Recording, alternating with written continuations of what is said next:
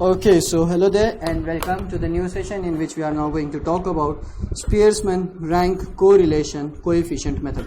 So now the first method was about finding the correlation using Carl Pearson's method, जिसके 6 अलग अलग form थे, out of which we have understood 4 or 5 forms. अब आपके पास में अच्छा खासा प्रैक्टिस के लिए भी क्वेश्चंस है, मे बी आप देख लोगे अकॉर्डिंगली.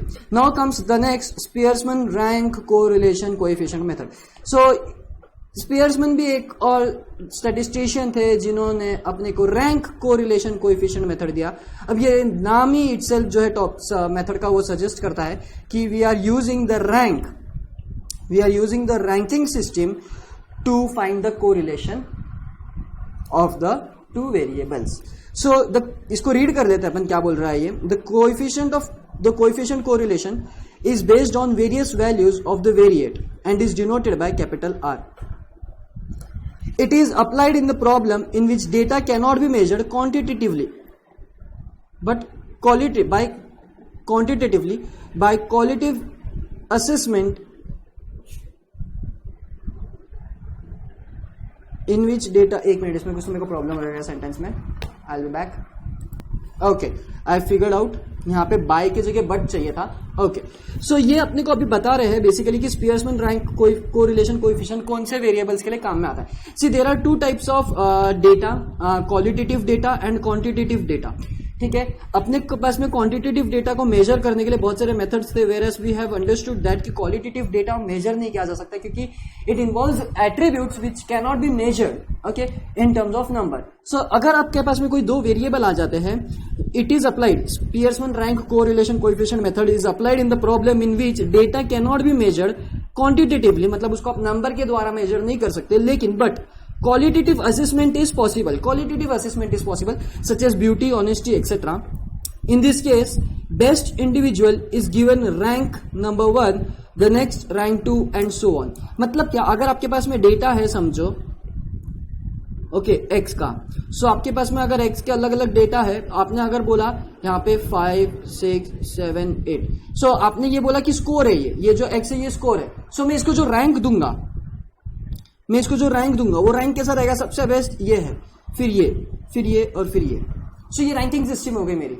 सो वही बात चल रही है यहाँ पे, वही बेसिक कॉन्सेप्ट है यहाँ पे कि जब आपके पास में क्वालिटेटिव मेजर्स है, आपके पास में जब क्वालिटेटिव डेटा है, और in such case you have to find the correlation. In such case आप इंडिविजुअली जो बेस्ट इंडिविजुअल रहेगा उसको रैंक 1 दोगे और आप आगे की इसको रैंक्स देते जाओगे. And this kind of method जिसमें आप रैंक देके कोरिलेशन फाइंड आउट करते हो, denoted by capital R is known as Spearman rank correlation coefficient method. So उसका formula is very simple. R is equal to 1 minus 6 times summation d square divided by n into n square minus 1. 1 minus 6 summation d square divided by n into n square minus 1. ये formula है आपका Spearman's rank correlation का. Okay, where D square. अभी आपको पता चलेगा यहाँ पे एक्चुअली आपके लिए ये नया कॉन्सेप्ट आ गया है. अभी तक क्या आपने क्वालिटेटिव मेजर के लिए कोई चीज पढ़ी नहीं थी, तो वो इसलिए था क्योंकि अपन सिर्फ और सिर्फ वो चीज की पढ़ाई कर रहे थे जो चीज मेजर की जाती है. पर लेकिन there are so many things in this world that can be compared, and among those things some are beauty, some are honesty, some is height और weight तो मेजर करते जाता है, और भी बहुत सारी चीजें हैं. well I cannot think of those examples right now, but still मेरे पास में 2 एग्जाम्पल तो है. उनको मेजर करने के लिए, उनका रिलेशन फाइंड आउट करने के लिए the formula is over here. Okay, now यहां पे ये डी स्क्वायर क्या है उसकी बात करते हैं. D square is the square of the difference of corresponding ranks. Square of difference of corresponding ranks मतलब क्या? हर करस्पॉन्डिंग रैंक का डिफरेंस आप लोगे, उसका अगर आप सबका समेशन लेके, उसका स्क्वायर का आप समेशन ले लोगे, जो रैंक्स है आपके पास में उनका डिफरेंस लेके, स्क्वायर लेके और सबका एडिशन कर लोगे, तो जो मिलेगा वो रहेगा आपका D square. Okay, and next is n is the number of pair of observation. ये तो अपने को सबको ही पता है कि n क्या होता है. सो ये था मेरा Spearman rank correlation coefficient method. Okay.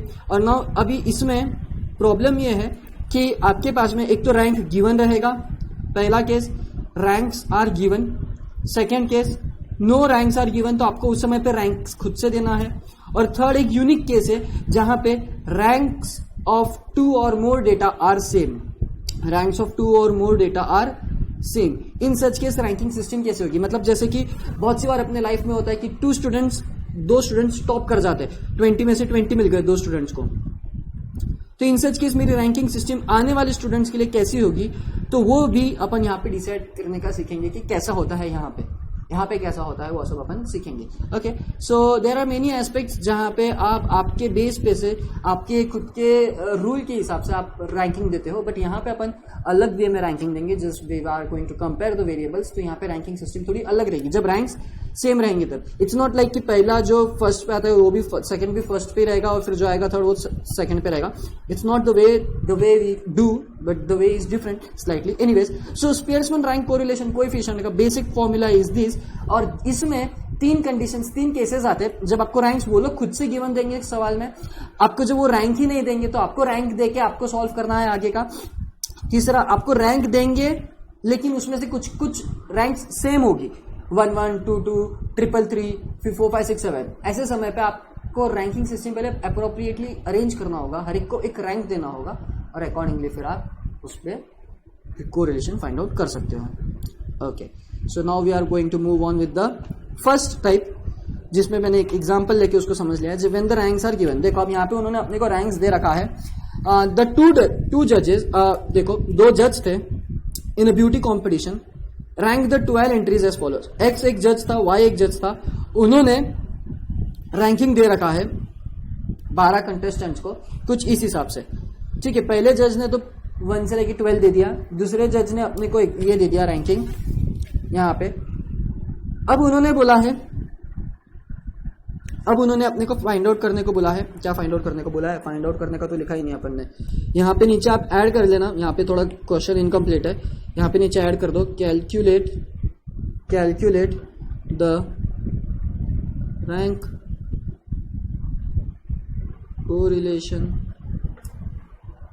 Correlation coefficient between x and y, okay. सब देखो ये लिख लेना आप लोग, मैं अभी ये मिटा रहा हूं क्योंकि यहाँ पे एक मेरा अलग से कॉलम आएगा इसलिए। ठीक है, देखो अब करना क्या होता है इसमें, ये मेरा रैंक दे रखा है x का, ये मेरा रैंक है x का, ये रैंक है मेरा x का, और ये है मेरा रैंक y। ठीक है, और मेरे सवाल में मेरे को ये d निकालना है। d is nothing but my square of the difference of corresponding ranks का डिफरेंस का स्क्वायर है मेरा d स्क्वायर। सो पहले तो मैं d निकाल लेता हूं, है ना। सो मैं यहाँ पे d निकाल लेता हूं। ठीक है, सो मेरा d क्या होगा, y 1 माइनस 12 मतलब डिफरेंस है करस्पॉन्डिंग रैंक्स का, ये करस्पॉन्डिंग रैंक्स हो गए। ठीक है, इनका डिफरेंस लेना है अपने को। ठीक है, उनका डिफरेंस क्या आएगा, 1 माइनस 12 क्या होगा, 11, 2 minus 9 minus 11 minus 7 minus 3 minus 6 2 1 3 1 1 8 0 11 2 1 3 1 1 8 0 11। ये आ गया मेरा d। अब अपना टास्क ये है, we have to find out d square.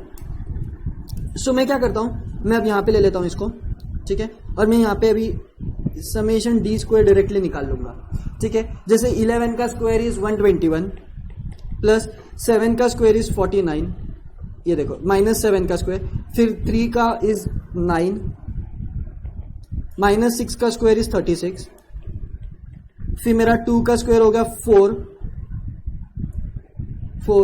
Plus 3, 1 का स्क्वायर 1, 3 का स्क्वायर 9, 1 प्लस 1 प्लस 64 प्लस 121। सो ये मेरे पास में डेटा आ गया मेरा डी स्क्वायर का, और समेशन डी स्क्वायर है तो इसलिए मैंने ऐड भी कर दिया। और फाइनली मेरे को जो आंसर मिलेगा वो ये रहेगा, 121 plus 49 plus 9 plus 36 plus 4 plus 1 plus 9 plus 2 plus 64 plus 121, that is 416। ये आ गया मेरा summation D square. So now I have everything with me. देखो एन तो मेरे पास में कितना है, 12 है, एन मेरे पास में 12 हो गया। सो मेरे को उस चीज का चिंता नहीं है कि मेरा एन क्या है, मेरे को ये चिंता था समेशन डी स्क्वायर क्या है, और समेशन डी स्क्वायर मेरा आ गया 416। सो मैं यहीं पे अगर लिखूं कैपिटल आर, मैं यहीं पे लिखूं capital R 1 minus 6 into 416 divided by 12 into 144 minus 1 143। Okay मैं यही लिखता हूं। सो जब मैं इसको कैलकुलेट करूंगा सो ये होगा 143 into 12 minus 6 into 416 divided by 12 into 143। इसको आप सॉल्व कर लें। सो 12 into 143 1716 6 into 416 minus 1716 780 divided by 1716। यह आ गया अपना 1 माइनस 0 पॉइंट, ये 0 पॉइंट कितना है 4545 रिकरिंग आ रहा है 4545 रिकरिंग में है। सो ये m-1 MRC इक्वल टू, अरे मेरे से कुछ कैलकुलेशन मिस्टेक हो गई है आई गेस। यस ये मैंने 1 माइनस कर लिया है ऑलरेडी, मैं वापस क्यों माइनस कर रहा हूँ 1। सो मेरा आंसर जो मेरा आंसर जो आया था वो था 0.4545 रिकरिंग में। मैं 1 ऑलरेडी माइनस कर दिया ना यहाँ पे क्रॉस मल्टीप्लाई करके। So that is how you find the rank correlation coefficient using rank correlation coefficient, जिसमें आपके पास में रैंकिंग सिस्टम गिवन थी। देखो रैंकिंग सिस्टम गिवन थी। सो इसमें इंपॉर्टेंट ये है कि आपके पास में रैंक होना चाहिए, फिर आप करस्पॉन्डिंग रैंक्स का डिफरेंस लेंगे, जैसे 1 minus 12, 2 minus 9, 3 minus 6, 4 minus 10, 5 minus 3, 6 minus 5, 7 minus 4, 8 minus 7, 9 minus 8, 10 minus 2, 11 minus 11, 12 minus 1। आपको मिल जाएगा ये difference of rank capital D, लेकिन आपको चाहिए D square. So what you can do is आप यहाँ पे भी एक कॉलम बना सकते हो डी स्क्वायर का। यह आएगा 121, 49, 9, 36, 4, 1, 9, 1, 1, 64, 0, 121, और फिर आप इसका समेशन यहाँ लिख लो 416, और फिर आप बस फॉर्मूला में पुटअप कर लो। The method is upon you, the choice is yours, आप कैसे इसको सॉल्व करते हो। द थिंग इज दैट कि आपको डी निकालना है, और डी कैसे निकालना है मैंने वो सिखाया आपको। बेसिकली इसमें इतना कुछ रॉकेट साइंस वाली बात नहीं है, it's just the basic formula that we always use. Okay always use as in अपन जो फॉर्मूला की कोई भी फॉर्मूला रहने दो, अपन कैसे यूज करते हैं फॉर्मूला, अपने को जो फॉर्मूला में डेटा चाहिए, कलेक्शन चाहिए रहता है डेटा का, वो लेते हैं फॉर्मूला में जो रिक्वायरमेंट है वो फाइंड आउट करते हैं as per the data and अपन आंसर देते थे। सो ये डेटा के हिसाब से, ये फॉर्मूला के हिसाब से I needed only D square. तो डी स्क्वायर के लिए पहले मेरे को डी चाहिए, और वो डी निकालने के बाद में मैं डी स्क्वायर निकाल के उसका समेशन ले लूंगा। So that is how you calculate rank correlation coefficient method. और ये देखो यहाँ पे 0 पॉइंट, और ये माइनस में आएगा आपका, माइनस में आएगा, हाँ ये माइनस में आएगा। ये कैलकुलेशन, ये छोटा नंबर है 1716 और ये बड़ा नंबर है। सो ये जो भी आपका आंसर आ रहा है माइनस में आ रहा है। देखो correlation can be negative, correlation can be negative.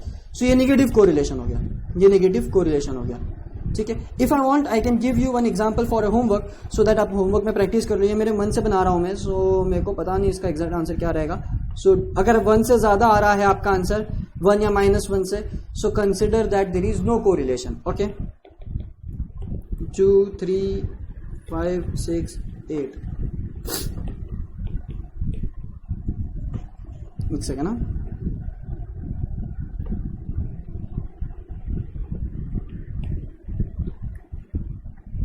One 2 3 4 5 5 3 4 1 2 ऐसे ही ले लेते, सिंपल एक छोटा सा एग्जांपल लिया मैंने।